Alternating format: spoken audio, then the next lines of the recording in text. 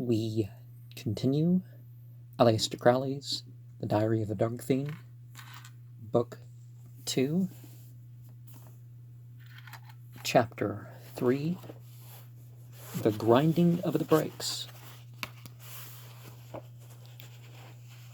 September 9th. Peter and I have had a long nasty quarrel, and I had to pull his hair out for him. It broke one of my nails. I've let them go very long. I don't know when I was manicured last. For some reason, they're dry and brittle. I must have them done. I'd send the boy out, but I don't like the idea of a strange girl coming there. One never knows what may go wrong. It doesn't really matter either. The body is merely a nuisance, and it hurts. So blood wrenches its pain, sardonic through heart and brain. I'm beginning to hate that horrible poem. It haunts me. I don't know why I should remember it like I do. Have I been reading it, I wonder, or perhaps it is the incredible access of intellectual power which heroin gives that has improved my memory. Probably the distraction from other things being lessened or dulled by it, but anyhow, the fact that odd bits of it come swimming into my mind like goldfish darting in and out among streaming seaweed. Oh yes, my quarrel with Cocky. He said we mustn't risk being absolutely short of the suit, and I must go and get a new supply from Mabel before we ran clean out. I can't help seeing that Cocky is degenerating morally. He ought to be ashamed of himself. He ought to have made proper arrangements for a regular supply instead of relying on me. He lies there all the time, perfectly useless. He hasn't washed or shaved in a month, and he knows perfectly well that I detest dirt and untidiness. One of the things that attracted me most about him was his being so spruce and well-groomed and alert. He has changed altogether since he came to London. I feel there is some bad influence at work on him. This place is full of vermin. I found what had been annoying me. I think I should bob my hair. I'm awfully proud of its length. One must be practical. I am lying down for a bit. It was a frightful nuisance, getting ready to go out. Cocky nagged and bullied all the time. I'm stiff all over, and it seems such waste of time to wash and dress besides. The irritation of the interruption, and my clothes are impossible. I've been sleeping in them. I wish we'd brought some trunks from the Savoy. No, I don't. It would have been a lot of trouble, and interfered with our heroin honeymoon. It's best the way it is. I wish I had Jacqueline here. All the same, I need a maid, and she could have gone out and got things. But we both felt that any one at all would be a pill. The old woman doesn't bother us, thank goodness. I'm sure she still thinks we're spies. Bother, what's this? Damn, it's a letter from Basil. Note, the original of this letter was destroyed. It is now printed from the carbon copy, and the files of Mr. King Lammas, editor. Dear Unlimited Lou, do what thou wilt shall be the whole of the law. You will, I am sure, forgive me for boring you with a letter. But you now know what a crank I am, and it is the mania just now to collect information about the psychology of people who are trying to advance spiritually in the way we spoke about when you so charmingly dawned on my studio the other morning. Do you find in particular that there is any difficulty in calling a halt?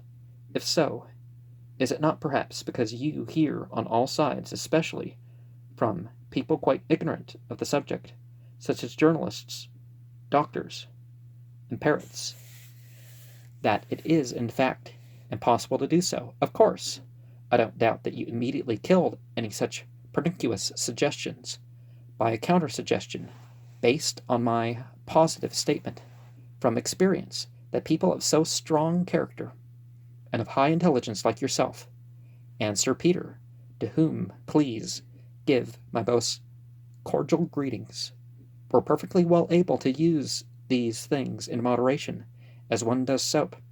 But apart from this, you may find that the life of a heroine makes you abnormally suggestible. As you know, I object to the methods of Kua and Baldwin. They ask us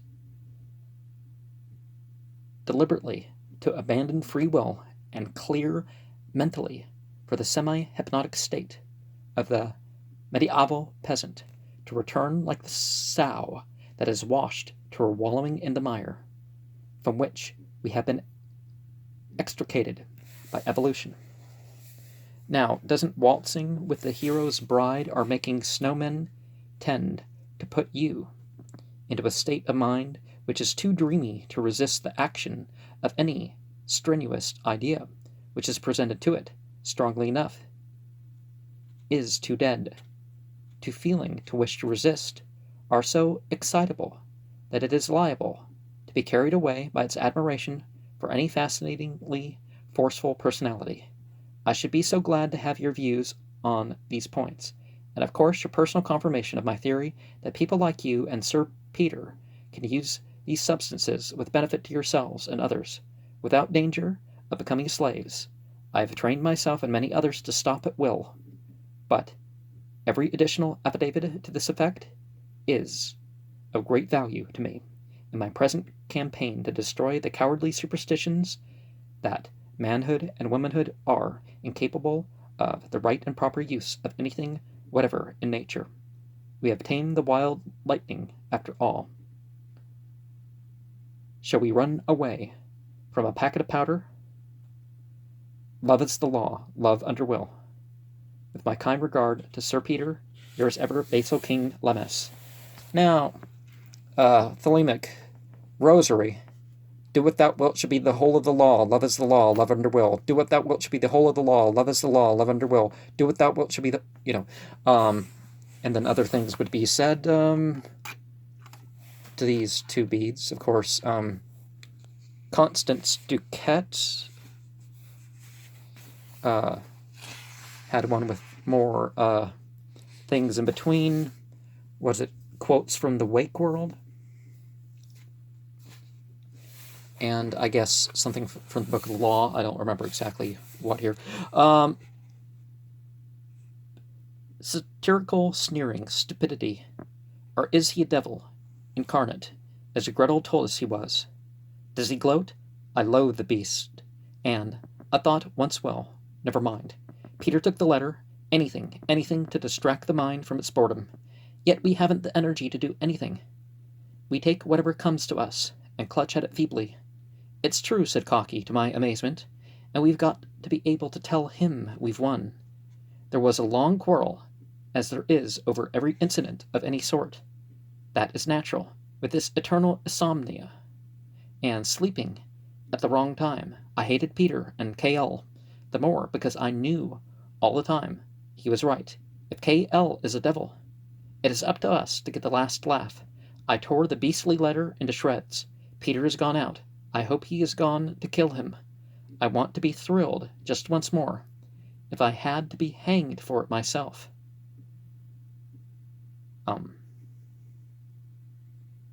Sort of a Faustian pact, huh? But yeah, it's... certain thrills aren't worth it, right? Our watches have run down. It doesn't matter. I can call on Mabel anytime I like. I may as well go now. I'll drink a small bottle and go along. It is night. Cocky has not returned, just when I need him most. I'm frightened of myself. I'm stark, staring sober. I went to the glass to take my hat off. I didn't know who I was. There is no flesh on my face. My complexion is entirely gone. My hair is lusterless and dry, and it's coming out in handfuls. Yeah, you don't add strychnine or deal with adulterants in drugs otherwise. I think I must be ill. I've had a good mind to send for a doctor, but I daren't. It has been a frightful shock. I must pull myself together. and write it up. It was about 5 o'clock when I got to Mount Street. If Mabel wasn't in, I could wait. A strange man answered the door. It annoyed me. I felt frightened. Why had she changed Cartwright? I felt faint. Had something told me? It embarrassed me to ask, "Is Miss Black at home?" The man answered, as if he had been asked the time. "Miss Black is dead." Something inside me screamed. "But I must see her," I cried insanely. Feeling the ground cut suddenly from under my feet. "I'm afraid it's impossible, madame," he said, misunderstanding me altogether. "She was buried yesterday morning. So that's why she hadn't sent the stuff." I stood as if I was in a trance. I heard him explaining mechanically. I didn't take in what he was saying. It was like a record being made on a gramophone. "She was only ill 2 days, the man said. The doctors called it septic pneumonia. I suppose I thanked him and went away automatically. I found myself at home without knowing how I got here. Something told me that the real cause of her death was heroin.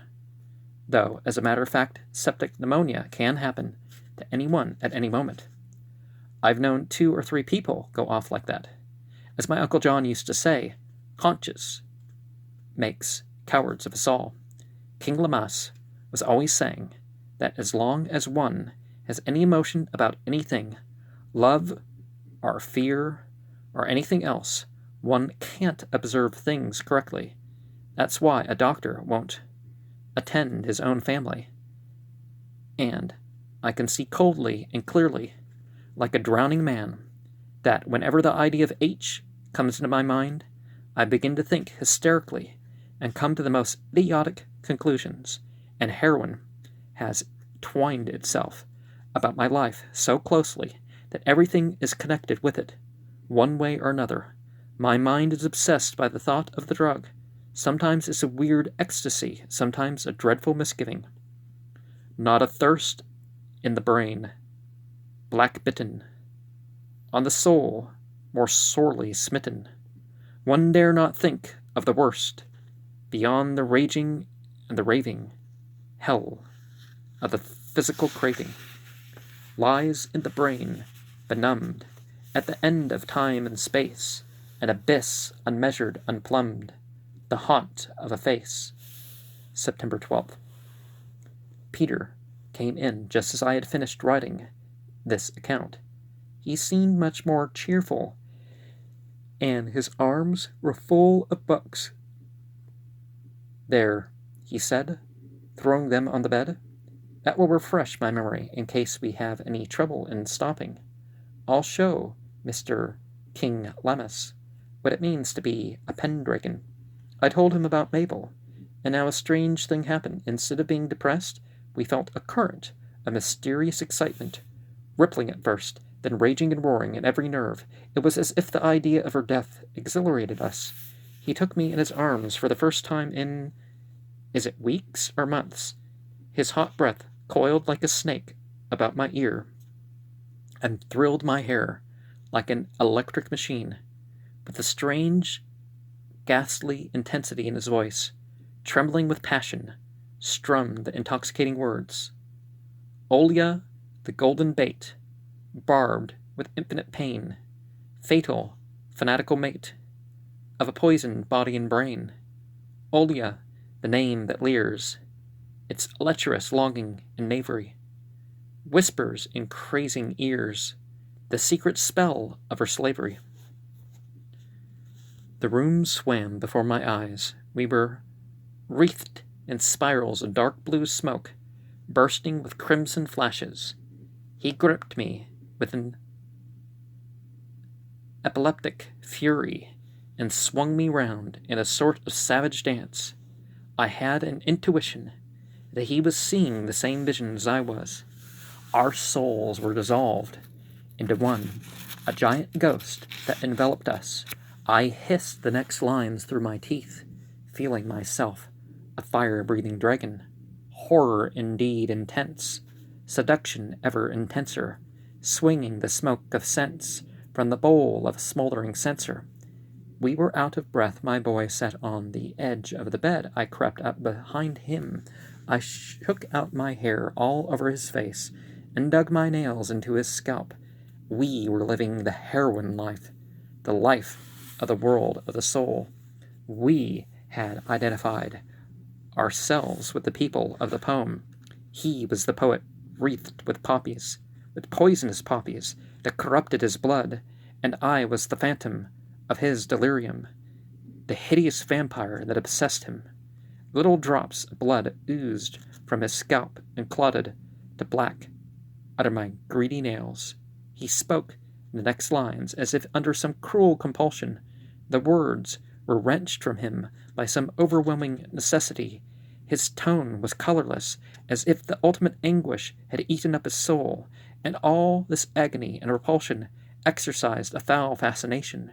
He suffered a paroxysm of pleasure, such as pleasure itself had never been able to give him. And I was Olya. I was his love, his wife, world without end, the demon whose supreme delight was to destroy him. Behind me, behind and above, she stands, that mirror of love. Her fingers are subtle jointed, her nails are polished and pointed, and tipped with spurs of gold. With them she roused the brain.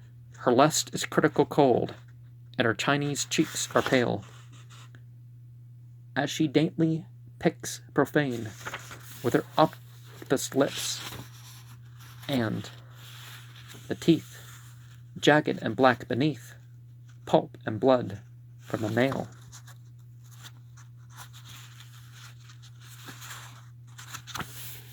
I jerked his head back and fastened my mouth on his. I sucked his breath into my lungs. I wanted to choke him. But there was time enough for that. I would torture him for a few years longer first. I leapt away from him.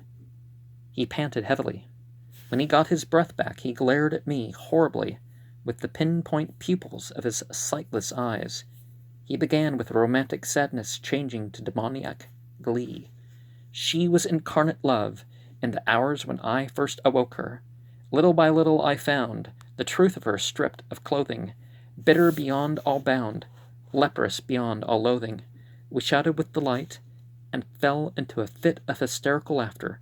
We came out of it completely exhausted. I must have slept for a while.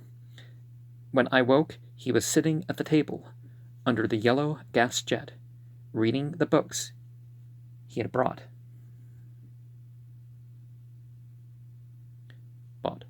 Somehow, the past had been washed out of us. We found ourselves intent on the idea of stopping H, and the books didn't help very much. They were written in a very positive way. The writers quarreled among themselves like a peace conference, but they all agreed on 2 points: that it was beyond the bounds of human possibility to break off the habit by one's own efforts. Because they were trying to sell drug treatment or something, right? At the best, the hope was pitifully poor. The only chance was a cure in the place of restraint, and they all gave very few details of the horrors and dangers of the process. The physician, they said, must steel his heart against every human feeling, and refuse expressly the petitions of the patient. Yet he must always be ready with his syringe in case of sudden collapse threatening life itself. There were 3 principal methods of cure: cutting the drug off at once and trust to the patient's surviving. If they're doing more than an ounce in a day, that can actually be an issue. Then there was a long, tedious method of diminishing the daily dose. It was a matter of months. During the whole time, the agony of the patient continues in a diluted form. It was the choice between plunging into boiling oil and being splashed with it every day for an indefinite period. Then there was an intermediate method in which the daily amount was reduced by a series of jerks. As Peter said, one was to be sentenced to be flogged at regular intervals without knowing exactly when. One would be living in a state of agonizing apprehension, which would probably be more be morally be more morally painful than in either of the other ways. Now, one of the things when you got adulterers and stuff going with it too, it's things get an additional bad, right? But yeah, it's like things come rushing back. Things are louder, brighter. I was never a recreational user of anything, but I've been prescribed stuff for conditions or events, right? And yeah, and your faculties kind of can rush back on you that were dulled, but you think all that awareness and ability and stuff. No, it's something unmanageable. But in all cases alike, there was no hint of any true comprehension of the actual situation. There was no attempt to remove the original causes of the habit. They all admitted that the cure was only temporary, and that the rule was relapse. There was already also a horrible, disquieting impression that the patient could not trust the honesty of the doctor. Some of them openly advocated attempts to deceive the patient by injecting plain water.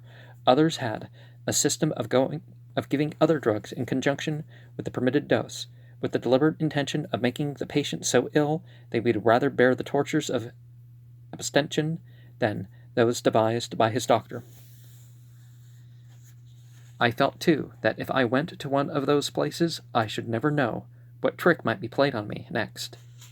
They were cruel, clumsy traps sent by ignorant and heartless charlatans, and I began to understand the intensity of jealousy with which the regular physician regards the patent medicine vendor and the Christian scientist. And, remember that line from the song, you can't understand a user's mind, but try with your books and degrees. No, I don't need to sing the tune, but I can. They were witch doctors with a license from government to torture and kill at extravagant prices. They guarded their prerogatives with such ferocity because they were aware of their own ignorance and incompetence, and if their victims found them out, their swindle would be swept away. They were always trying to extend their tyranny. They were always wanting some new laws to compel everybody, sick or well, to be bound to the vivisection table and have some essential organ of the body cut out. Well, but the American psychologists and stuff, psychiatrists, what was the exact name of that society? Their initial meetings about everybody's got to have a condition that you can prescribe drugs for, and they were going to work against religious and family values.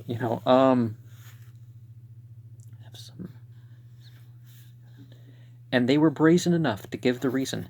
They didn't understand what use it was, and everybody must be injected with all sorts of disgusting serums and vaccines, ostensibly to protect them against some disease which there was no reason whatever to suppose they were likely to get. And for the sake of YouTube, I gotta, just say, consider the medical science.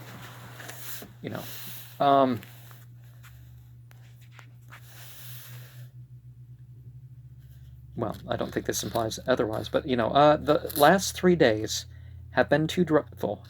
This is the first time I have felt like writing, and yet I have been itching insanely to put down that hideously luxurious scene when our love broke out, like an abscess. All the old fantastic features were there. They had assumed a diabolical disguise, but my mind has been in abeyance. We shut the medical books with a shudder and slung them out of the window into the street. A little crowd gathered. They were picked up, and the passers-by began talking about what was to be done. We realized the rashness of our rage. The last thing was to attract attention. We pulled the frowsy old curtains across and put out the light. The reaction of our reading was terrific. We venomously contrasted the calm confidence of King Lammas with the croaking clamor of the authorities. Cocky summed up the situation with a quotation. Quoth the raven, nevermore. Our thoughts splashed to and fro like an angry sea in a cave. These 3 days have been a flux of fugitive emotion. We are resolved to stop taking H, and there the memory of Lamess's letter was like a rope held by a trustworthy leader for a novice on some crumbling crag. If we could only have relied on that, but our minds were shaken by panic. Those cursed medical cowards, those pompous prophets of evil, every time we came back to the resolution to stop, they pulled us off the rock. It's beyond human power. But they know which side the bread's buttered. It's their game to discourage their dupes. But they had overplayed their hand, and they had painted their picture in too crude colors. They revolted us. Again, the effect of Mabel's death and the fact that our supplies were so short combined to drive us into the determination to stop at whatever cost. We struggled savagely hour by hour. There were moments when the abstinence itself purged us by sheer pain of the capacity to suffer. Our minds began to wander.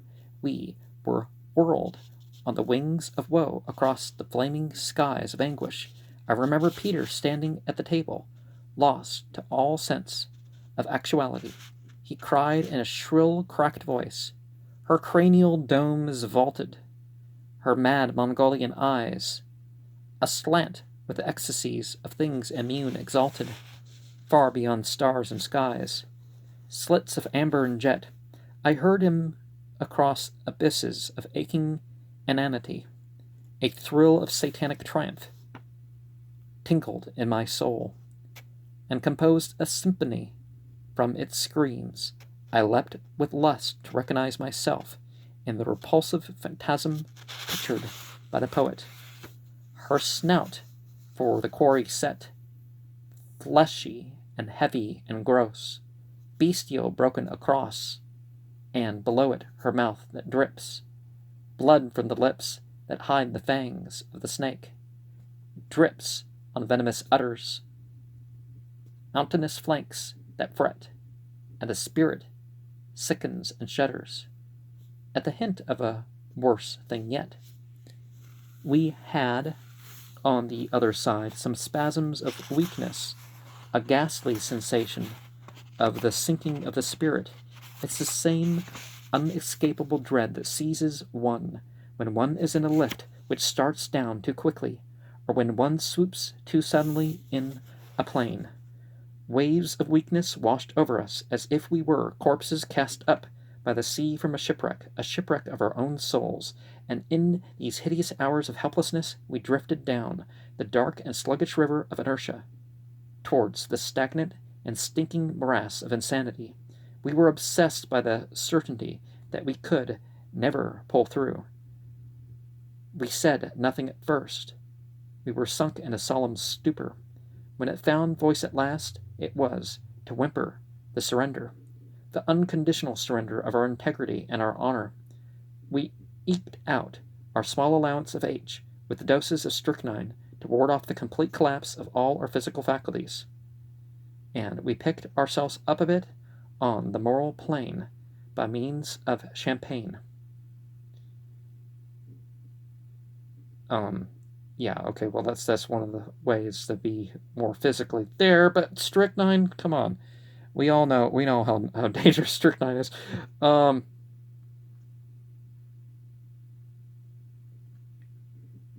In these moments of abdication, we talked in fragile whispers, plans for getting supplies. We had, both of us, a certain shame in admitting to each other that we were renegades. We felt that in future we should never be able to indulge frankly and joyously as we had hitherto done. We should become furtive and cunning. We should conceal from each other what we were doing, although it was obvious to us both. I slipped out this afternoon on tiptoe, thinking Peter was asleep.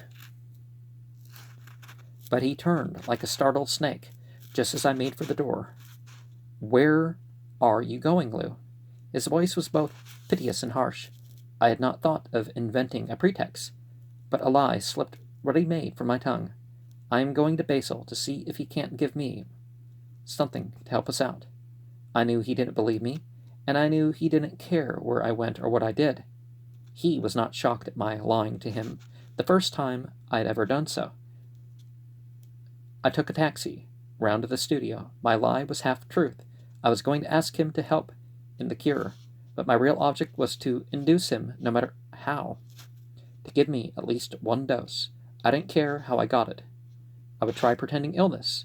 I would appeal to our old relations, and I would look about slyly to see if I couldn't find some and steal it. And I didn't mean to let Peter know. On the top of everything else was the torture of shame. I had always been proud of my pride. A subtle serenity made my brain swim when I got into the street. It delighted me to be alone, to have got rid of Peter. I felt him as a restraining influence, and I had shaken him off. I despised myself for having loved him. I wanted to go to the devil my own way. I found Basil in and alone. What luck! That hateful, tall, thin girl was out of the way. Basil received me with his usual greeting. It strung me to the quick, like an insult. What right had he to reproach me? And why should "do what thou wilt" sound like a reproach? As a rule, he added something to the phrase. He slid into ordinary conversation with a kind of sinuous grace. There was always something feline about him. He reminded me of a beautiful and terrible tiger, winding his way through thick jungle. But today he stopped short, with dour decision. It was as if he had fired a shot, and was waiting to see the effect. And you certainly need to be careful a bit of, the insanity that would be associated with drugs. Now, the parallel that the thing we're seeing in this book really is sort of the drugs are like, so do you choose religion and marriage and, other relationships to get you there, or do you choose what drugs does to you, is basically what's going on, right? Well, I mean, there's more to it than that, but